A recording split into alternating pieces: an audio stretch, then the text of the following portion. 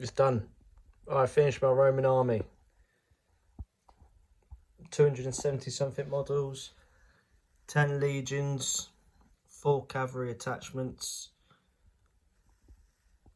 5 units of archers, western and eastern, 1 ballista, 2 scorpions.